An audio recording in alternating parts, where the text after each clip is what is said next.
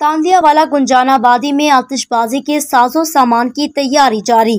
थाना सदर पुलिस खामोश तमाशाई। तांदियावाला से नुमाइंदा सन टीवी की रिपोर्ट के मुताबिक थाना सदर तांदियावाला के इलाका चक नंबर 409 गांव में जला चौक के करीब गुंजानाबाद इलाके में फैक्ट्री में आतिशबाजी के साजो सामान की तैयारी भरपूर तरीके से जारी। चूँकि शादियों के सीजन में आतिशबाजी के सामान की फरोख्त में इजाफा हो जाता है, इसलिए बड़े पैमाने पर आतिशगीर मवाद से मुख्तलिफ आतिशबाजी का सामान तैयार किया जा रहा है। फैक्ट्री में कोई भी फासी इंतजामात नहीं, जबकि करीब ही रिहायशी आबादी वाक़या है, जिससे मुल्हिका आबादी को शदीद खतरात लाहक हैं।